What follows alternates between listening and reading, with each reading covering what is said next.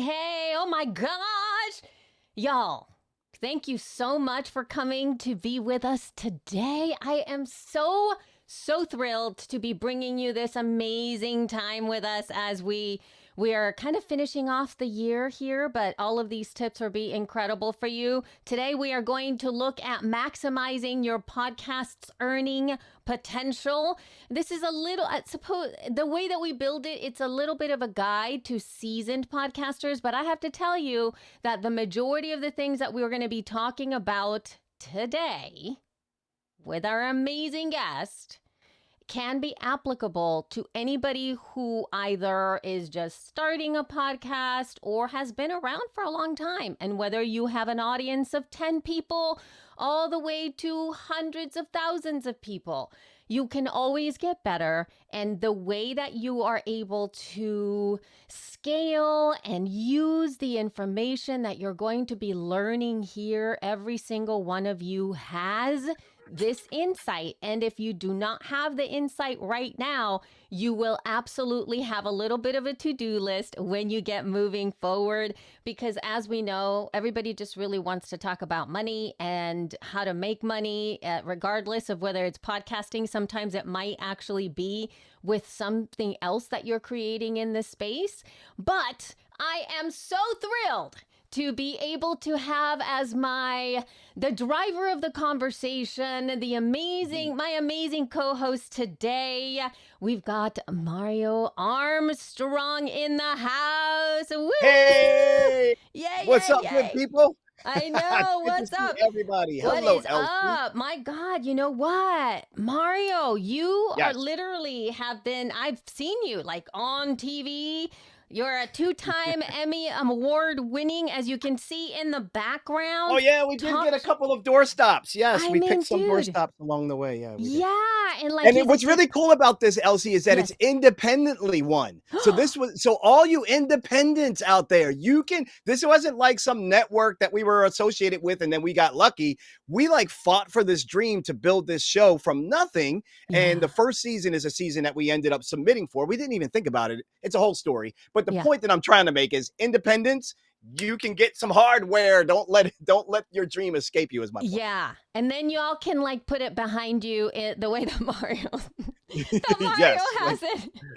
like little Emmy ears. I know. Look at all that stuff. Look at this. We've got all kinds of people here. We've got Jen and we have Lisa. Right on. Oh, that's good. People are coming through. What's up, Lisa? What's up, Jacob? I love this. This is amazing. All right. But we're really going to start right off literally from the get-go. We are starting off by talking about preparing for monetization. Okay. So that's literally there's going to be zero introduction to anything other than the fact that we're going to start with that. Because one of the first things that we get asked often as creators, as soon as we decide to have a conversation around making money, is about ROI. It's about ROI, Mario. So gotta have that return on that investment as soon as you start. And really, it's even before you even launch. For some of you, now I know some of you probably have already launched, and that's great. But for those that haven't launched yet, you want to be thinking about this prior to launching, because in many cases, if you prepare yourself correctly, you could even get funding prior to the launch. So I don't know if you've seen this actually happen, Elsie, but it's incredible when it does. So to prepare correctly, you have to package yourself. So packaging yourself means, how do you look on paper? What does your social look like? What is being put out about you? And what are you saying is the narrative about you? So often the best way to try to really convince or get brands or other partners and collaborators to work with you is to really highlight your expertise. What's your skill set? So a lot of times you may have transferable skills from your earlier career moves and things that you've done. Now you have those skills that you may not be thinking are like something you can apply in the world of podcasting, but certainly you should. If you were super productive in a day job, if you were always on time, if you were punctual, if you were the creative one, if you were the one that knew how to execute, you want to make sure that those skill sets are still being mentioned, because when we're talking about monetization in this particular case of preparing, I'm talking about brands, That's big right. monetization. Yeah. And so, And those They have conversations are something that is important for you to start to look at, and especially as you package yourself, like you said, we're going to get ourselves to packaging for success, but I kind of want to get your take on what are some key metrics yes. and or data driven decision making things that you've got going on, as like that you would, let's say, coach somebody that's getting themselves together, they're getting ready to go. Like, what are those things that they need to start to track and Such pay a attention to? great Such a great question. All right. So, Yes. as it relates to the ROI, we understand now, everyone should know this by now, that podcasting is a major source of advertising income, monetization, and other opportunities, everything from subscriptions to merchandise to live events and more. So, we know the ROI is big. So, in terms of really thinking about the key metrics to track, this might come as a shocker, but for me, I say the key metrics that I've seen work. Now, look, how many downloads you have, fantastic. Retention, how much listening time people are having, fantastic. Number of episodes, fantastic. But if you are, so all of those are check, check, check. If you don't have that, and even if you do, in addition to that, key metrics to me would also be, what have you done that's been successful in your past? Have you won an award? Have you done something that was super uncomfortable that puts you into a new stratosphere of personal growth? They may not sound like the specific key data points that you think everyone's looking for: number of followers, number of downloads. I'm sure we want all of those, but I also want some intangibles. I want to Mm, know a little bit about you. So who are you and who is your audience? Because see, a brand and other ways to monetize, they're coming to your show or your podcast because they enjoy it, but it's also because you have a audience that you're trying to reach, that you're reaching. So often you have monetization over here, and you have you in the middle, and then you have your audience over here. So you're the yeah. bridge. So the more you know about what makes you unique. So a key metric would be, what's your uniqueness? Mm, What makes you different? What makes you stand out? That would be one. Another thing that would be a key metric would be, what are your assets other than the podcast? Do mm, you do social media cross promotion? Are you doing events? Do you have a mastermind? Do you have a club? Do you have a text community? Do you have a newsletter? All of these things also are key metrics that you could be talking about. And then the most important one, well, maybe not the most, but another important one after that would be the metric of understanding what your audience needs. mm, And the best way I could mm, state this is a question that all of you can ask yourself. What does my audience need that will better their life or their work? did you What do hear they need? that, What guys? products and services? Think about it. So you're thinking about your audience. Ooh, I do fitness podcasting. Okay, think about your audience. What do they need? They need everything from maybe a smartwatch. They might need athleisure. They might need yoga mats. They might need hydration. They're going to need nutrition. So we want to think, what are all the things, products and services that my audience needs? Whatever comes up immediately, those are the brands that are probably most aligned with the values that you have with your show. That's awesome. Now, I'm just going to kind of summarize stuff that you said there. We sometimes get very caught up with the numbers, which we will address some actual hard numbers and data and stuff like that as well, because as Mario said, it's important. But a lot of the time we overlook those intrinsic values that we bring to those that we touch with our work. Being able to quantify that, to write those Mhm. down, to ask the right questions, to do the homework of possibly even, you know, how you were saying what your uniqueness and what makes you you. Sometimes maybe you can't figure that out, but I am sure, like, I did this exercise a while ago. I can't remember who it was with, where they said to me, you need to reach out to 10 people and ask them what they love about your work or what Ooh, makes that's you really stand good. out. And so when Yes. you ask them, like, just as a favor, super chill, and then that way they will actually help you get over yourself, because sometimes we get in our That's own right. way. You know what I That's mean? right. That's right. That's so right. Yeah, It's a yeah. great question. Weren't some of those things like shocking to It you? was And I bet you some of the things that you took for granted were some of the things that they said were your specialty. yes, absolutely. And then you think like, but wait, I mean, how is that What's a so thing? special? Right. What's the Right, big but deal? exactly, but it was so great. I loved it so much. All right, so let's go ahead and start moving into packaging yourself, right? Okay, So, before you do that, I want oh to yeah. just show something about this whole ROI Oh, piece. I'm okay. sharing screen right now, so whenever you're Okay. ready, pop that up so we can really All look right. at some of Here this we go. data. So when we talk about metrics, part of what we should be doing, folks, is surveying your audience. Like right now, Mario, I only have 30 listeners. Survey them. Mario, I have 3,000. You haven't surveyed them? Mario, I have 30,000. Oh my gosh, you are leaving so much data on the table. So, what this means is you can look at this kind of closely here.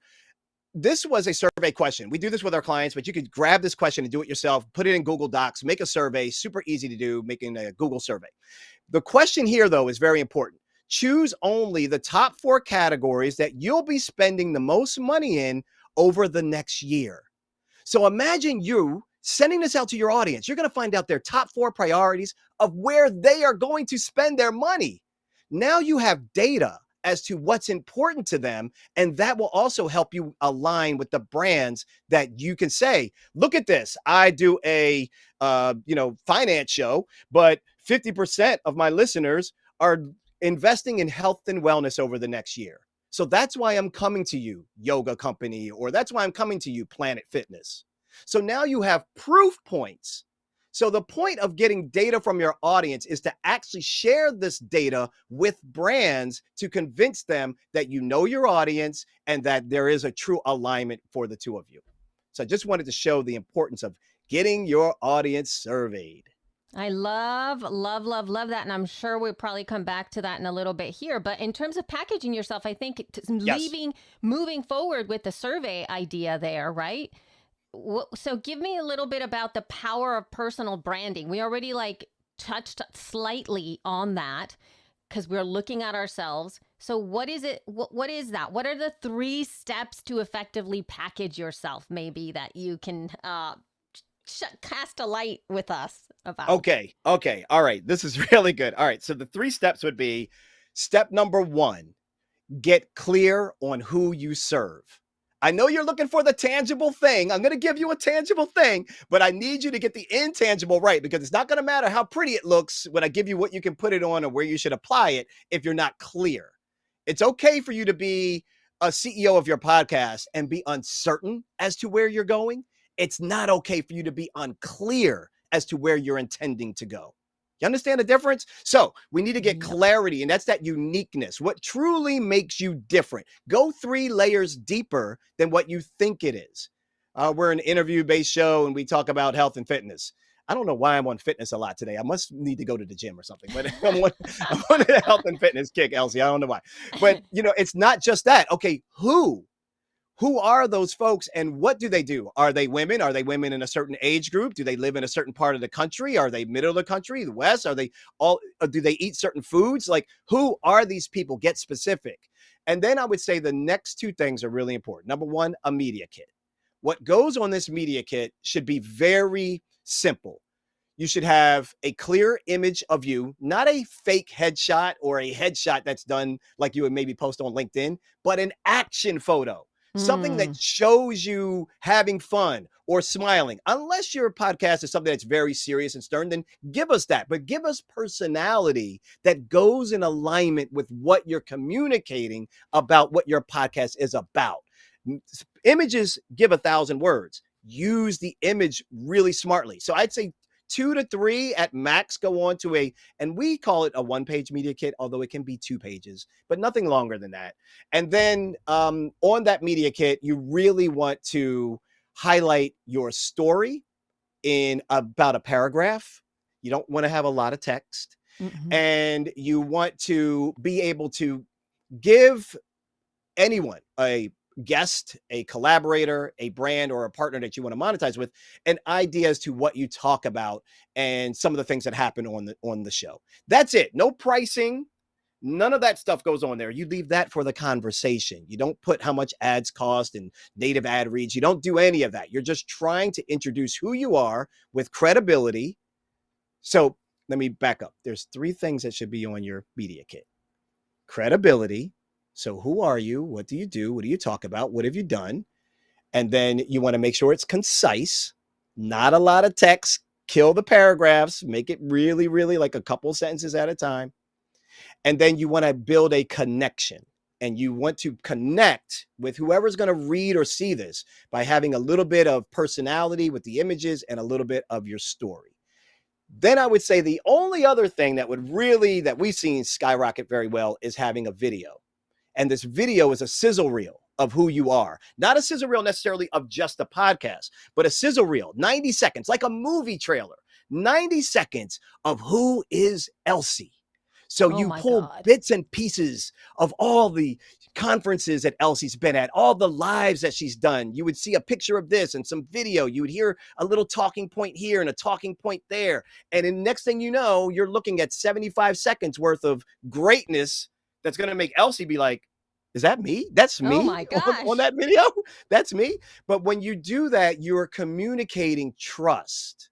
And that's what's important, because now you're showing proof. Mm-hmm. I've been on this stage, or I've done this episode, or I've had this actual guest. I've achieved these things. That builds trust very, very fast. That's a lot. Yeah. So I would just say a media kit and a video sizzle reel, but making sure that you're very clear as to who you serve. Absolutely. And I think, again, folks, there are folks that can actually help draw that out of you, but you can do this yourself also. You can sit with yourself and really think into all of the things that Mario has said. Now, if you didn't write it down, you can always come back to the same little video and get those like key points there for you to really listen to what he said about all of these things, because what you're really building here is that brand that you can reach out to people with so that they can say yes easier, right? Because that's really just all we want them to do.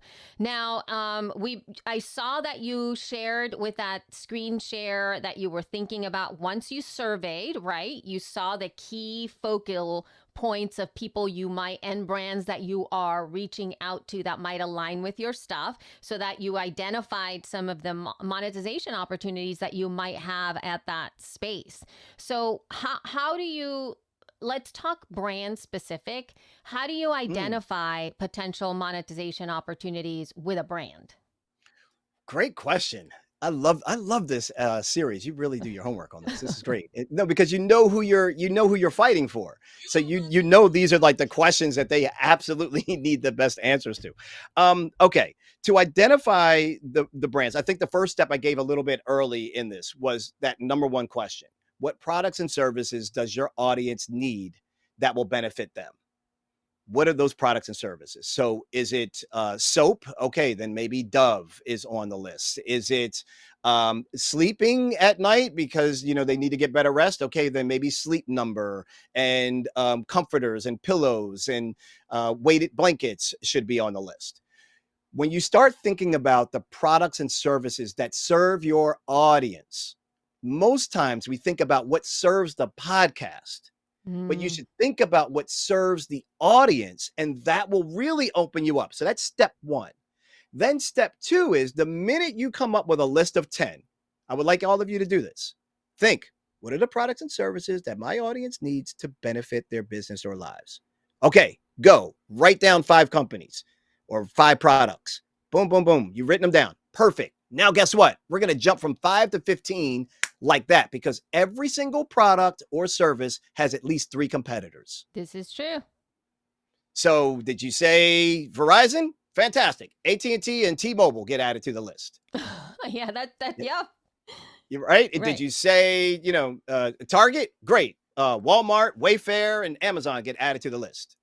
Like, easily you can start to see that you can go much wider than maybe you initially think, because of just looking at the competitors of those brands as well. So those would be the first 2 steps. Like just even like looking at the people are, I was looking at the comments. We've got all kinds of people engaging in there with us that they're going like they're really seeing all the stuff that you're bringing to the table. Okay, so let's talk another point here. How do Mhm. you leverage your existing network and audience to be able to make some money? Maybe they're not brands, but what would you say about that? How do you move with your audience forward? Yeah, it's really about building that community. It really, really is. And what does that mean? People say that Yeah. often, and I'm always like, okay, so what does that mean? Like, we Yeah. know that it means a gathering. We know that that could mean um, membership. We know that that could mean subscription, and those are ways to monetize. I would say, in my opinion, this is just my opinion, coming Right. from the brand perspective on this question, that I think a 360-degree approach. So when you look at, okay, let me build this community, let me have people that follow this idea and want to be a part of this discussion. They're into this. Let me survey them so I can understand who they really are. Now I'm getting this data. I'm understanding who they are. Now I can even find out how I can better serve them. So now I can charge them for a subscription. Now they could be monthly members. Now I could do extra content that's just for them to be accessed. And people are loving this model that gives you a lot of control. It makes it a lot of fun for you to kind of think about what's surface level info and what's the deeper stuff that you really want to give to paying members. You can do all types of rewards and bonuses and leaderboards and things that you can do to really make it fun and exciting. And it's a real way to build monetization. I would say take that model, the subscription, the membership model, and still bring it to a brand, because brands love that you actually have paying members. People think Mm. it's like all or nothing, or it's like I do brands or I don't, or I do the subscription and I don't do brands. No, it's up to you, but I'm telling you that what brands like is the fact that they know you have paying members. That means what you have, even if it's a small audience, they would much rather have 100 people in a room that are willing to potentially pay than reach 1,000 people in hope that 100 in that room will pay. Oh my God, that was so great. Just that little bit It's the truth. alone. Because it's true. You're right. There's so many of us that are looking out, they're thinking like, oh, like you're thinking so big, but is anybody That's right. actually giving you money about some of these things? So, given that though, because you're already talking about this, in terms of that is what diversification of income is. You're now thinking of, let's say you do have a membership, maybe you do have like brand partnerships. Is there Mhm. anything else that you want to talk about or to share Ooh. briefly before we continue moving on in terms of diversifying your income? I would say live events. Mm. I think both virtual and physical events for your podcast is big. It's so big. We actually have a little booklet that you all will be able to get access to. In this little booklet, where is that page? Let me find it. Yes, brands want to sponsor your events. Mm. Four, 4 in 10 podcast consumers, this is almost half of podcast consumers, say they are likely to attend a live in-person podcast event in the next 6 months. Half would attend virtual events. So this was done by Cumulus Media and Signal Hill Insights. They released the podcast download spring 2023 report. This is real data that's telling me, wait a minute, people want to meet. They want to congregate. You don't have to have 1,000 people at your conference. Get it out of your head. You could Mm. have 70 people, 50 people show up, and you could still get value from monetizing that. You really, really can. So live events, I would say, would be another thing to think about. And I would start in your local community. The easiest way to do a live event is to try it where you have the strongest base. That Uh-huh. may be in your local community, but if you did your demographics, if you did your surveying, you would also know, where are your listeners? Are they in Yeah. Maryland? Are they in New York? Are they in Virginia? Are they in Tennessee? Are they in Georgia? Like, where are they? So that would be the first place that I would try to do a live event. And I would do it just that. I would try. I would keep my costs really, really low. And I would just see what happens if I was to do a live event and bring people out. That's amazing. Okay, so now let's move forward then. Let's move forward. We got some ideas. Our heads are like, we want to know all the specifics that we can't at this moment. But let's go ahead and step into the audience collection piece, right? Because Okay. that often gets in front of people a lot of the time. So how do you get that data collection that a lot of us are like, well, how do I do it, right? And so let's just begin by building an effective survey. Like, what does that look like? What is, like, let's say, what are some key questions Perfect. that We are can start great? there. All right. Yeah. So open-ended questions, first off, are always going to be great. But here, okay, so we'll start first with I'll tell you what not to start first, by the way, with age, income, Oh, okay. ethnicity, Okay. city, state, da, da, da. These are important pieces of data. Yeah. They are not the data. Okay. That is called demographic data. Right. What we want are psychographic data. Psychographics gets into the mind of your listener to understand what it is that they Mm. need, what it is that they consume. Do they like rock and roll or do they prefer hip hop? Do they drink red wine or do they like hard liquor? Or are they, don't drink at all? Are they Mm-hmm. vegan or, do they eat meat? These are psychographics to understand. So a couple of questions to start with are things that brands care about. What brands care about is how much are people spending on my stuff? That's what they want. Let's just be real. They want Yeah. consumers, they want retention, and they want to be able to upgrade existing consumers. So, a great question that you can ask are things about life events. So, a simple question could be, what significant life event will be happening for you in the next 12 months? And then you could Mm. list things like wedding, baby, new house, buying a car, going to college, sending someone off to college. What is the significant life event that is happening, that could be happening in your listeners' lives? And if you do that and you find 60% are about to have a baby, I don't care what your podcast is on. Now you can go to Pampers.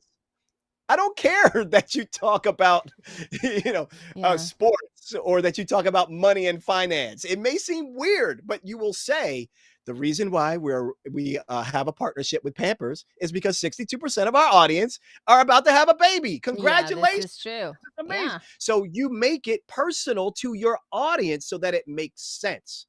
They say make the math make sense. And that's making it make sense. So that type of question will help you understand. And then another one would be, how often do you travel? This Right. tells a brand a lot about your audience. If you have a very active traveling audience, it's bigger than just going to airlines and Ubers and Lyfts and hotels. Yes, all of those brands now are brands you can approach, but it also signals to the brands, these people like experiences. They're Hmm. willing to travel. They're spending money. So those are the types of questions. Do you need more? Because I hope that was helpful. No, that was very, very helpful to be able to get that stuff. So, okay, this is a personal question of mine, and Okay. I get this asked all the time. And all I can say is it is challenging, but I'm curious if you have tips because we do need to have like a pretty substantial amount of people taking our survey. And how Mm. do we get them to take it? How do we get Yeah, them to do that? this is a Because great they question. just don't. It's so hard. This is really the Yes, it hardest is part. So hard. I really appreciate you asking this question because all of that stuff doesn't matter if you can't get some kind of data coming back. Yeah. Right. So I Yeah. get it. I get it. And I just thought of another question too. If any of you are thinking about maybe doing a live event, a great way for you to test it is to put it in the survey. How many of Mm, you would attend a live podcast event if we were to do so? Yes, right. maybe no. And so that'll give you an indication. So, and by the way, you can also use that to go to a brand. We want to do this with you. It's our first one, but 82% of our audience really wants to attend us and see us live. So it's trust that you would be building with them. Brands do stuff that they don't know how it's going to happen all the time. That's part of the risk of being a marketer. They're just trying to calculate their risk the best. So the more you can Yeah. give them some trust, the better. But to your point of getting the survey answers, I don't like to use prizes and giveaways Yeah. because it'll skew the results. Mm-hmm. So I shy away from using those kind of tactics. I really plead. Yeah. It's on the verge of begging. I plead. Yeah. It really is. And it's like there's a level of vulnerability that's got to come with this. It can't be, please answer my survey for me when you get a chance.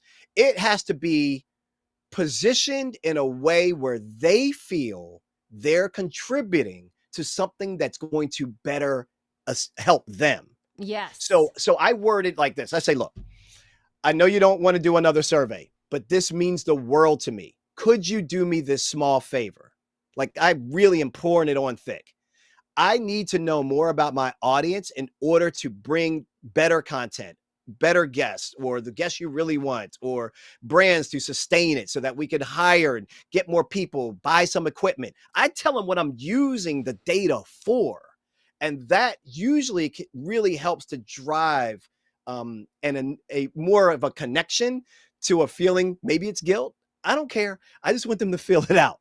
And so the minimum that I would go for is 30. And that's a real, real low minimum. If you can get Yeah. to 100 or more, you're doing fantastic. Yeah. Honestly. But if you can get to, if it's a struggle to get 10, try your best to get to 30. That will give you enough of a trending line and Yeah. enough of a baseline to work with. Yeah. And I just want to call out what Mario said about the incentive and the price of it all, because it does. And unfortunately, it does skew the data, because I know that there's been times when I just want the prize myself, but I'm not your audience. You know what I mean? Like, I've taken surveys Right. like that because I'm really not your audience. I don't really care about what you want, what you're putting out there. I just want the thing, right? I want the microphone. I want the camera. I That's want the right. whatever that is, right? That is Exactly so right, true. Bessie. And the other thing, just to call it out again, because this is key information, your transparency, and people really do want to help you. So I would say to, in that transparency with your audience, to sometimes it's enough for you to say, it would really help me, but to really be honest about it. We often have a hard time asking for help Asking for help. in real life, like from our own people, right? We just don't. So I know that it feels really weird, let alone when you're like on social, kind of going like, Right. please help me. So I get it. But you do have to do it. And here's one thing that I think that you haven't mentioned yet, Mario, but I'm sure that it's part of the deal, is that you can't just do it one time. Like, you have to Right. consistently ask. Like, people sometimes will go like, oh my God, I want to fill it out. But then guess what?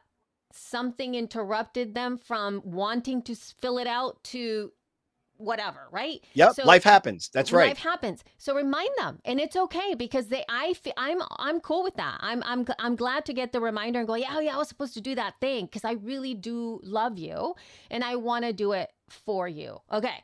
All right. So This is moving. so I'm so Yes, go glad ahead. that you paused on that and really, because because if you can't get through to that part, it's going to still feel very heavy to you. And Yes. and you're not going to take the action that we want you to take. And I'm telling you, part of what helps me with this, in fact, it's with every question whenever I'm asking. And whenever we go to ask, we can start to feel hesitant. Who am I to ask? They're not going to say yes anyway. It's not going to happen. Like, we start going into that negative spiral. For me, I always say, who am I fighting for, as a way of centering Mm-hmm. myself. So whatever you do to center yourself, make it purposeful, make it intentional, and that will help you get past the uncomfort. So when I get uncomfortable, I go, wait, it's not about me. You're Yes. worried about your uncomfort. It ain't about you, man. Get out of your ego, get out of your head. Who are you fighting for? Okay, I'm fighting for entrepreneurs and creators. Well, Yep. that's why you need to get this survey done, because you can Yes. fight better for them when you get better information, when you get better data. So yeah, start telling everybody, hey, I really need a favor from you. I fight for entrepreneurs and creators. You've Mm-hmm. been listening to the podcast. I really need, and I made this survey quick. That's another thing. Make them quick. Yes. Like 10 questions max, people. Quick, like seriously, because if not, Like they 10 won't questions finish. max. They won't You know, finish. they won't finish. They won't And so finish. I think those things and that attitude will help you get to at least 30. And my gosh, when you see the results, it blows me away every time we do this with clients and they get to see things that they didn't expect. And it opens up new opportunities for them when they get that data. I love that. Okay, so we're going to skip over to presenting the data now, okay? So Ooh, okay. let's say we got the 30 people. Let's aim low at this point because we want to Mhm. keep the possibilities open. So That's let's right. say you've got trending information for your folks, the audience and all that stuff. They see it. So what is the most important information when you present it to a potential partner of collaboration and whatnot? The most important thing, believe it or not, the thing that you think is the most important thing is not. Mm. I will say that. I will say that. I will say the most important thing is knowing who your audience truly is. Mm. Not the number of downloads, not the number of episodes. That all is important, but it's not more important than understanding the quality of your audience and specifically the psychographic information of your audience. Yes. Oh my This gosh. is why I think a lot of people, they suffer when they like try to show like, okay, I package myself, I put this email together, and then I send it. And look, if you have a lot of downloads, you absolutely should be mentioning this. If you have a lot of listener time, you absolutely should be, or view time, absolutely mention that. Those are credibility points. But many don't have that. So then Mm-hmm. how are they still getting brand deals? Because they're not focused on the CPM or they're not focused on just the download. They're painting a picture about a bigger story to tell Mm. that's driven about who their audience is. And that really merits you doing the work and making those connections. Have this preconceived notion as to who's actually listening to us. And it may be based off of who contacts you, who connects with you, or sends you DMs, or your Yeah. inner circle. But once you get outside of that, you could be talking to a completely and this different audience. And this even happens with how our social appears. You're saying one thing, but the stuff that you're posting kind of looks like you're reaching somebody else. So Yes. who are you really talking to? And then your bio says this, but the posts look like this. And so Yes. we really have to make sure that we make the alignment easy for people to understand. And I love how you brought that up because that is a surefire way of not being connected to our audience, which then helps us not be able to monetize that.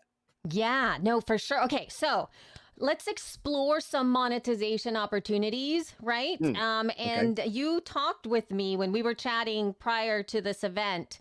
You were kind of talking with me about some hidden pots of money that sometimes we might overlook Yes. as maybe like I'm saying a smaller producer creator, but sometimes our impact is just as big. We might just not be gigantic in terms of downloads again. So, what are some unknown pots of money that you would love for us to know about?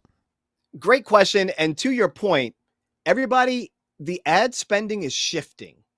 Mm. I've been in this game for a while and have talked to agencies, Hill and Knowlton, Fleischman Hillard.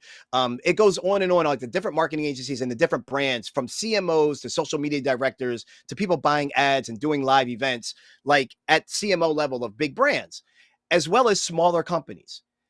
What has significantly changed is that brands are now looking for smaller, more focused, more niche engaged podcasts.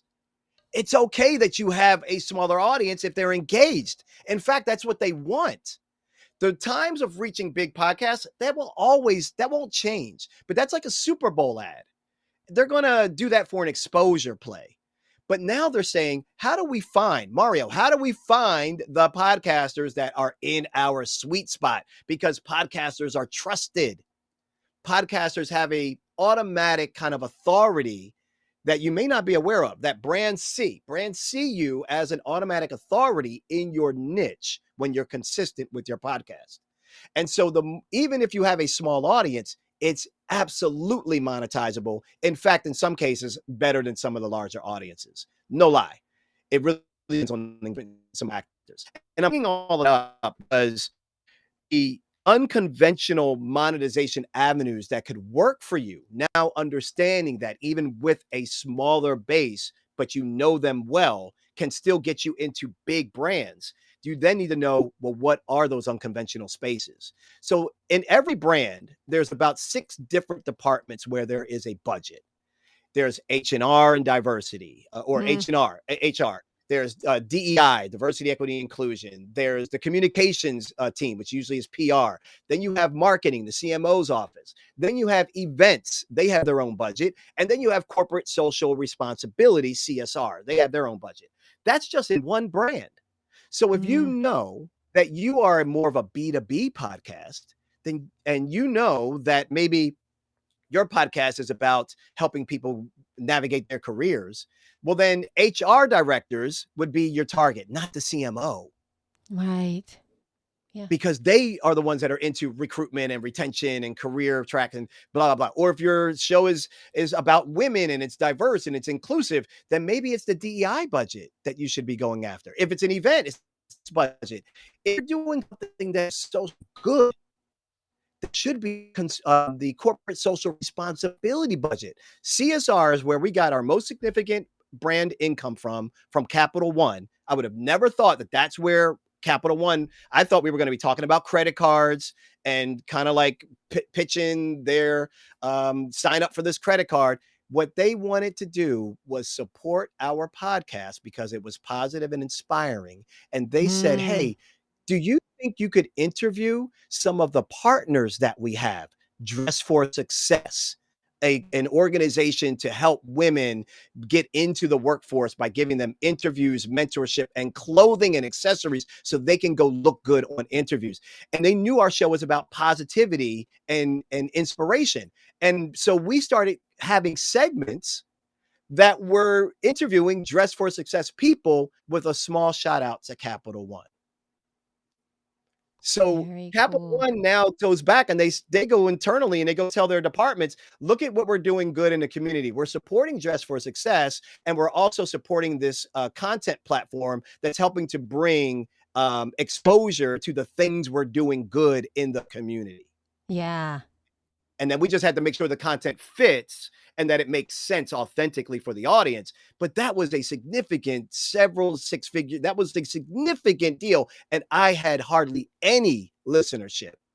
That's amazing. That's so great. Still have micro listenership.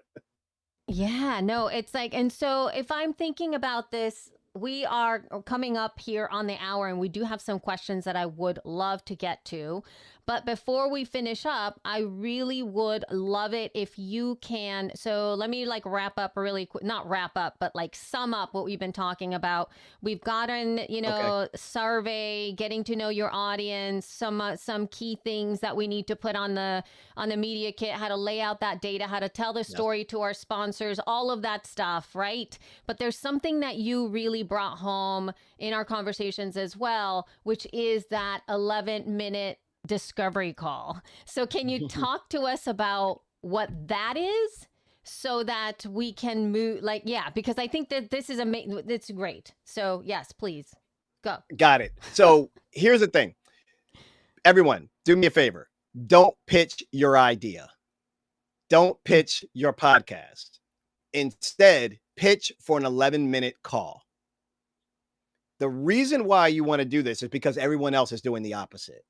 Number one, everyone's sending their pitch. Here's my podcast. Here's what it's about. Here's why it's great. You should sponsor it. And they're even and here's what it costs. They're throwing out this information to a brand and it's very transactional. Yeah. And it also makes it very easy for the brand to say, no, thanks. Appreciate it, but no. No connection whatsoever means it's easy for them to pass. If you decide to not pitch the idea and instead pitch for a call, you get a chance to plead your case. But not only that, you get a chance to really learn about them. So the 11-minute call isn't 11 minutes for you to then go on there and pitch your idea for 11 minutes. The 11-minute call is used to ask them questions. That's the other thing. People get on the 11-minute call and they're like, okay, great. So I got 11 minutes to do my pitch. It's like, no. You have 11 minutes to say, thank you for taking this call. I really appreciate that we have 11 minutes together. My team and I, whether it's you or not, my team and I have done some research and we see alignment with your brand in our podcast and in our audience. 72% of them are about to be new moms. And you're talking to a brand that would like, oh my gosh, right. Yeah. But I don't want to get into that. I really have questions about your needs. And then you go, and then you say, What are you struggling with? What keeps you up at night? What are your top priorities this year or this quarter? What's an audience or a target that you're not getting that you really want to get access to?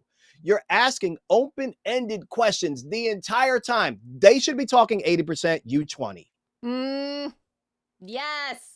And then that's going to inform you with so much information. First off, you're going to be different because they're going to be like, oh my gosh, we normally get pitched. This person's actually asking us what's going to work for us. Yeah. Right? What hasn't worked when you've done these types of partnerships before?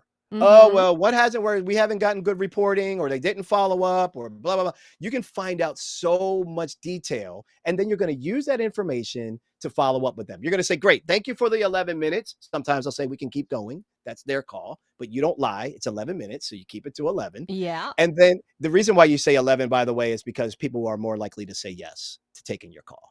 If you just say, can we have a call? Can we meet? Can I pick your brain? Can we have a cup of coffee? All of that says red flags, red flags, red flags.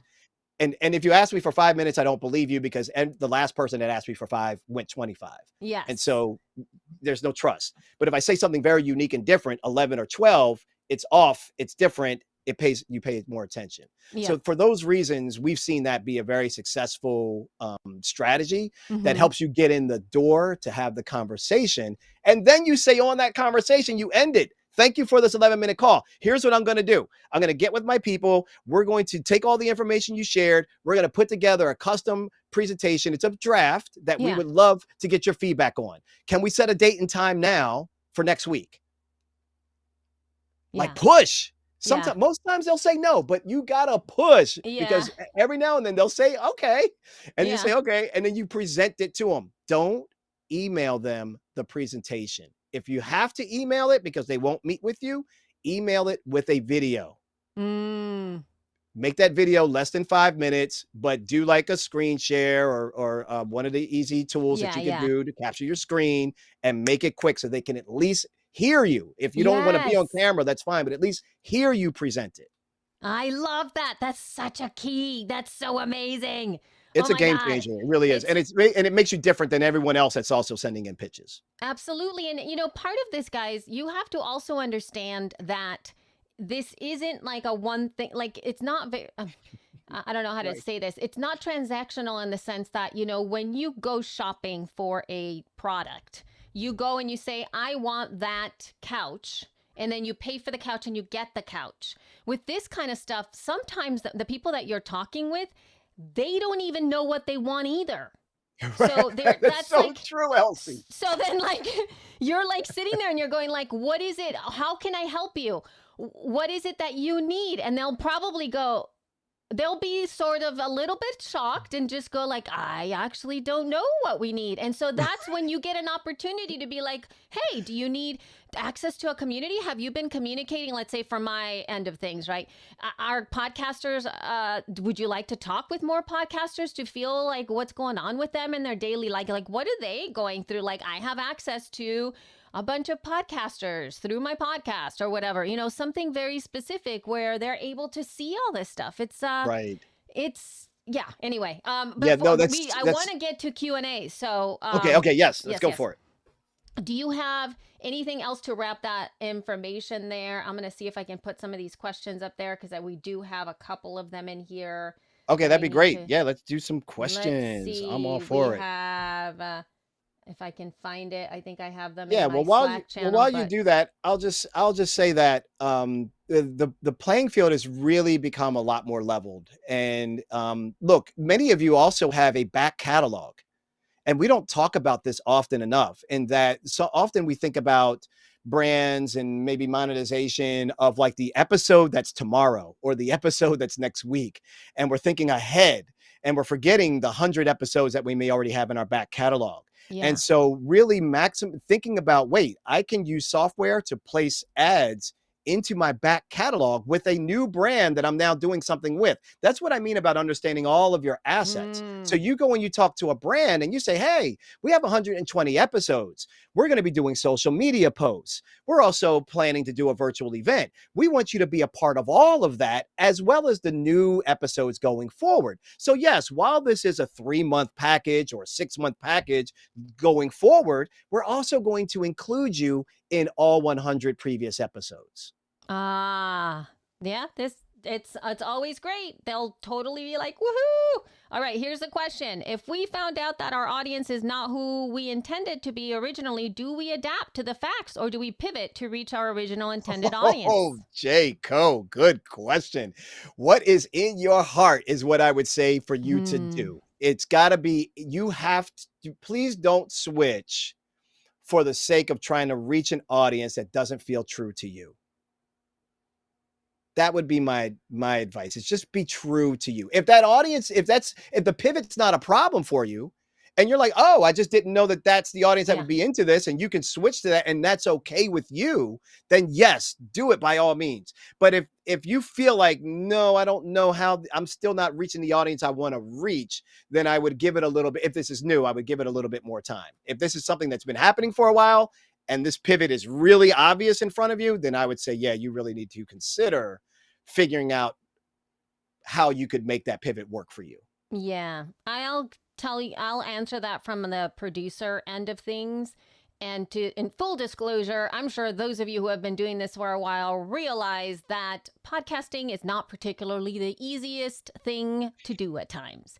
And thus, you need to really enjoy the work that you're putting out and the people you're looking for, because it's the first thing that's going to go. It literally is like, it's kind of like you're marrying your podcast, essentially. So it's like if whenever those things come up and you're like feeling like, oh, is this really worth it?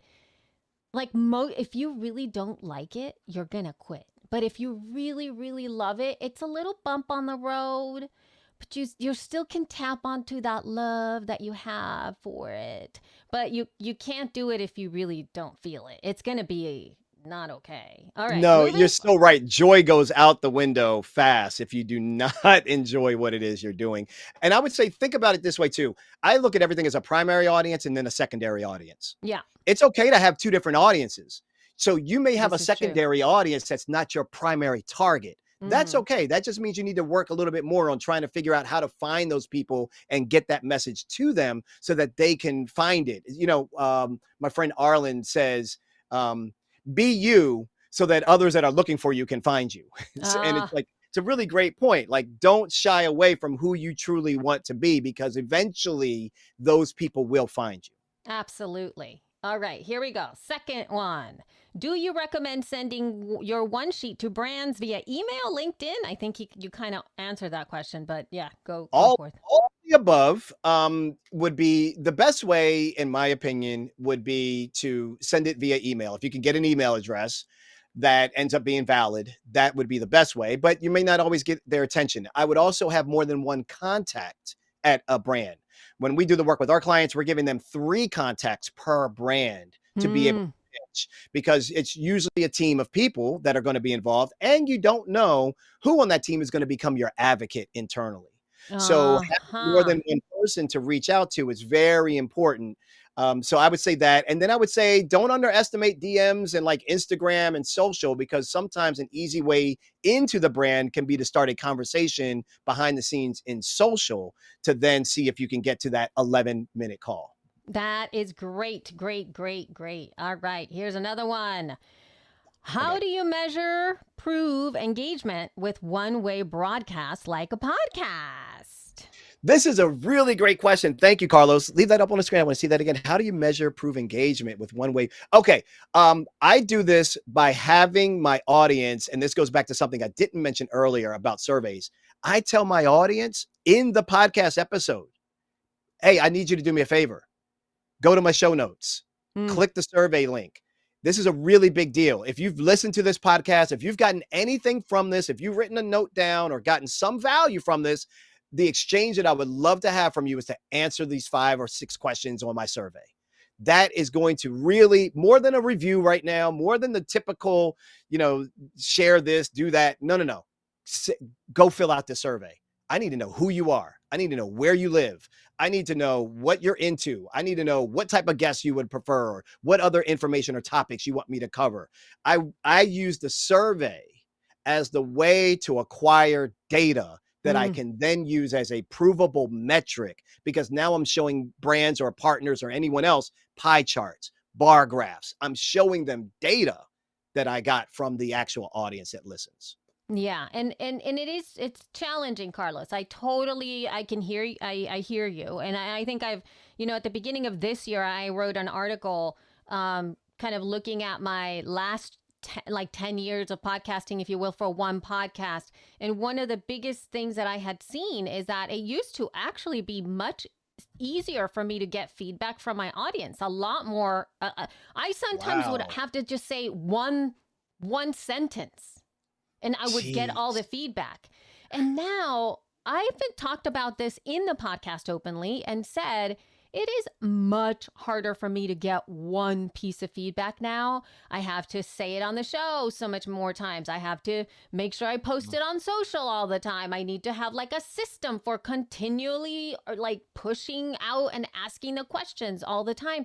And I think that we're being bombarded by asks in so many different ways that we have to cut through the noise at times, and our people do want to help us, but sometimes it gets buried. I think just as we chatted about it before, it's not an easy thing. And I feel though that for every response that you do get, that kind of represents a lot more people who are that person without a doubt. Well. Without a doubt, right? 1000%. Yeah. That's why you don't need to have a lot. That honestly, that's why even just getting to that 30 number is just so good, because you're so right. The one person that does respond really probably represents closer to 10 or 20 people that feel the exact same way, if not more. So that is really, really important that you bring that up. And there's another thing that I do.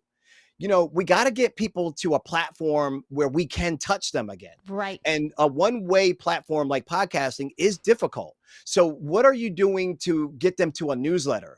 What are you doing to get them to a text? So I will even do certain moments in the show where I'm like, okay, I have a VIP text club. Here's the purpose of the VIP text club. Here's what you can expect to get. Here's why we do it. Here's how often you can expect a text from us. And I did it right before we even went live here, because it's one of the things that I say, when we go live, we'll text you. And so now I have access to an audience that, even if partially responds to the survey, at least I'm getting these different partial audiences to all give me what I need.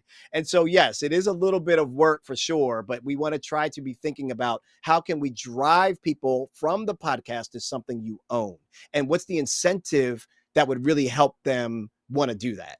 Yeah, no, it's key. It is a consistency type of thing, and a constant invitation that I think a lot of us think. And you also have to believe in the ask, which is what I have felt from a lot of people. Because if you No, this is so much more mindset than you all think. Yes, it is not about the tactics. No. You're gonna put this in your emails, text messages, you put it on your podcast and your newsletters. That's the tactical. The part that's going to slow you down is what Elsie is touching on right now. You have got to believe that this information, this question, this ask is really important for you. Yeah. Because what tends to happen is this is what I hear. Okay, guys, if you want to, fill that thing in, you can totally fill it out, but you don't have to really fill it out. But okay, you guys, I'll talk to you tomorrow. And it's like, what did they say? What did they ask for? What was the URL? Right. What happened? And it's so you undercut yourself because you don't actually ask for the thing. Mm-hmm. You know what I mean? And so it sucks. But anyway. All right, asking is the most important thing that we all should be really trying to embrace to do better. Yes. It really is. And it's a level of vulnerability, transparency, courage. I get all of that. Get to the edge of whatever that is for you and just try it in small doses. Yeah. And then as you try that in small doses, so whatever your uncomfort level is, go to that and then try a small ask. Not Yes. something that's big and major, something very small and lightweight. So that would sound like, don't ask me for, let's go to dinner for, because Right. that's an hour-long commitment. Why don't you just ask me for like, so I say like there's 3 asks that you should make whenever you make an ask to someone. And I say, you got your dream ask, you have your kind of middle of the road ask, and then you got your like easy to accomplish ask. So the dream ask is going to be like, could you be a guest on my, podcast? Or, would you collaborate with me? Right? Some big thing that's going to involve a lot. That's a dream ask. But then in the thing, you're also saying, if not cool, would you mind mentor me for 2 weeks on Tuesdays for 20 minutes? Be very specific in our ask. Or could you just answer 5 questions in this email? So you're giving the person the ability to choose how they can actually commit, but at least you're increasing your odds. Yeah. And you didn't just go to them with the dream. Can we collaborate? No. All right.